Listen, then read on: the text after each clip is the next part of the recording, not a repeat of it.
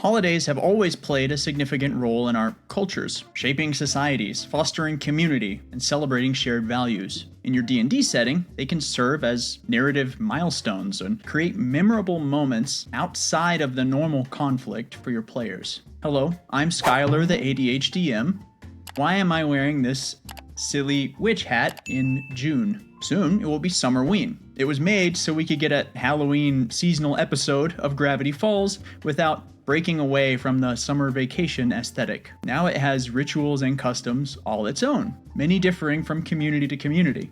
People get absorbed into it and just accept the absurdity of celebrating Halloween in the middle of summer at face value, accepting absurdity at face value, kind of like D&D. In Dale Kingsmill's amazing video on holidays, she explores the unique nature of celebrations and how they suspend the rules that govern society for just a little while. She also goes over some guidelines for creating your own holidays, and they're great, but don't take my word for it.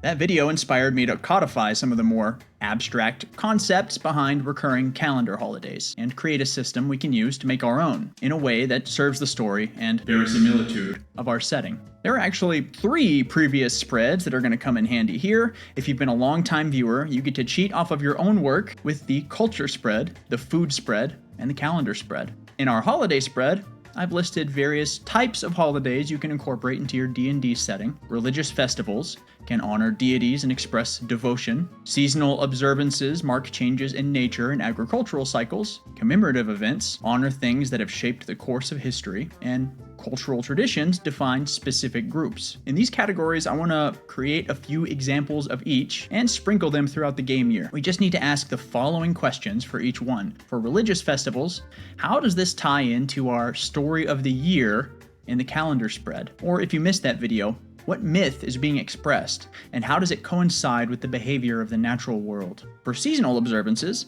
obviously we want to know what season it's in, but also what stage of labor are people preparing for? Are they harvesting and storing for winter? Are they preparing themselves and their lands for new growth? Are they processing that work into a more refined form, or celebrating the results of that refined form? For commemorative events, what value is being reinforced? What's the story behind that value? The values from our culture spread are an amazing place to pull from. That's why they are the way they are. Finally, for cultural traditions, what group is celebrating and what are they preserving? These are usually pockets of other cultures nested in the setting, either honoring old, forgotten customs of a bygone culture or importing their own celebrations in from another place entirely. If you've made more than one culture spread for your setting, this is an interesting way to insert a holiday that highlights contrasting values. Then for all of these, we want to ask these general questions. What do they eat? Our food spread saves us some work here. Who do they spend time with? And how is that time spent?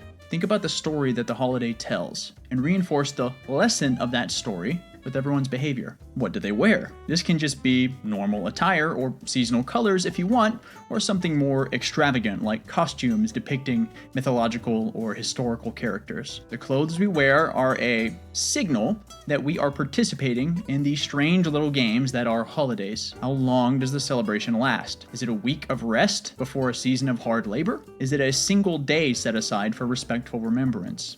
Is it an entire month of markets, contests, and feasts? Again, only fill out what you want here. These are tools we can use to make the game world more immersive, not chores we have to do before we're allowed to DM. The idea is that we do less work overall, but to greater effect. The past few spreads have been tied really closely together, and while you can do them on your own, if you fill them out in sequence, you get a way more coherent picture of your game world. If you subscribe to the channel, you won't miss out on any of that synergy. This spread will be available in a public post on my Patreon.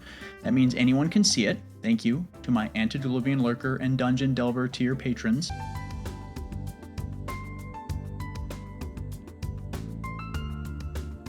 Adam M, IronTrash, Troy, Borkware, Courtney Monster, KDB, M, Mitch B, Noah, Raspilicious, Sam, Shawn S, and Shawn M.